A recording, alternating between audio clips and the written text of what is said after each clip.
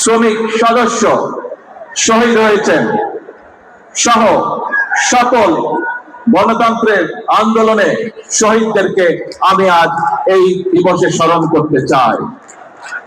প্রিয় ভাই বোনেরা, আজ এখানে আপনারা যারা উপস্থিত আছেন, আপনাদের নিশ্চয়ই মনে আছে অতীতের এই সামান্য কয়েক বছর আগের ঘটনার কথা, 2 থেকে 3 বছর আগের ঘটনার কথা।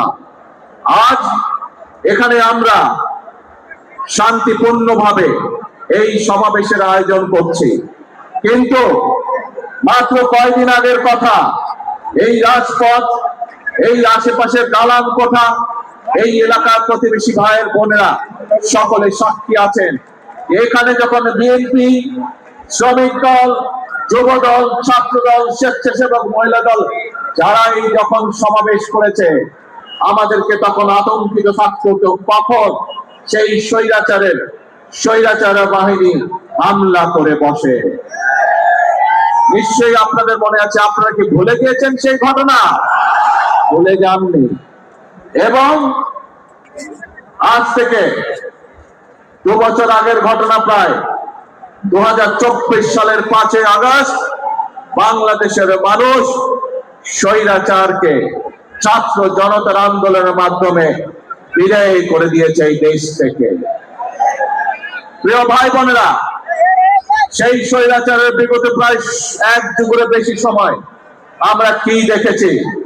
আমরা দেখেছি শুধু যে শ্রমিককে তার অধিকার থেকে বঞ্চিত করা হয়েছে তা নয়, শুধু যে ছাত্রদেরকে তাদের অধিকার থেকে বঞ্চিত করা হয়েছে তা নয়, শুধু যে শিক্ষকদেরকে তাদের অধিকার থেকে বঞ্চিত করা হয়েছে তা নয়, শুধু যে নারীদেরকে তাদের অধিকার থেকে বঞ্চিত করা হয়েছে তা নয়, এই দেশের প্রত্যেকটি খেটে খাওয়া মানুষকে তার অধিকার থেকে বঞ্চিত করা হয়েছে।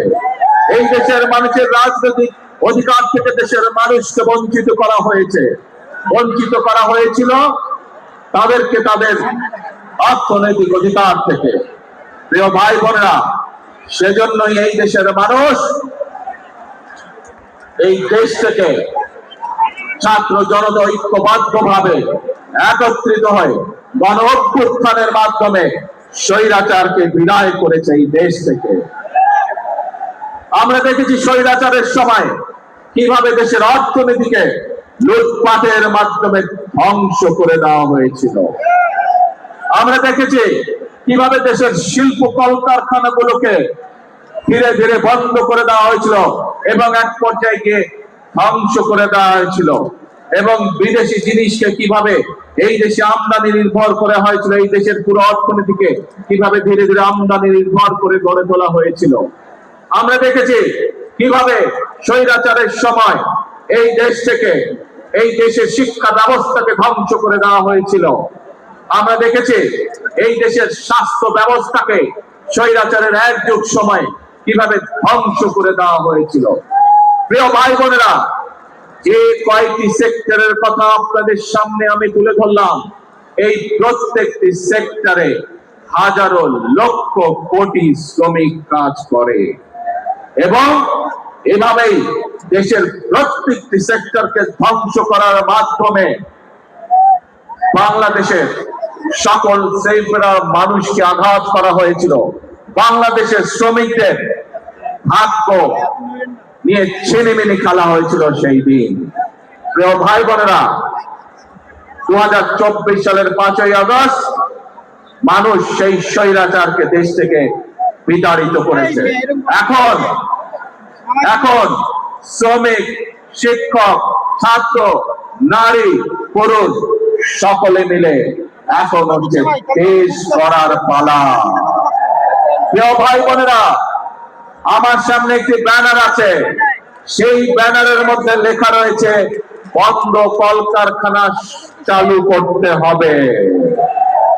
প্রিয় ভাই বোনেরা, বর্তমান সরকার বিএনপি সরকার, জনগণের ভোটে নির্বাচিত সরকার, এবং সেই জন্য এই সরকার গঠিত হওয়ার পরে সাথে সাথেই আমি সংশ্লিষ্ট ব্যক্তিবর্গকে সাথে নিয়ে বসেছি এবং নির্দেশনা দিয়েছি এবং আপনারা জানলে খুশি হবেন, এই সপ্তাহে গত এক মাস আগে আমি নির্দেশনা দিয়েছি যে কিভাবে আমরা কত দ্রুত আমরা বন্ধ কলকারখানা কোনটি কোনটি চালু করতে পারবো, যাতে আবার সেই সকল শ্রমিক যারা কর্মসংস্থান হারিয়ে বেকার হয়ে গিয়েছিল সেই সকল শ্রমিকের কর্মের ব্যবস্থা আমরা করতে পারি।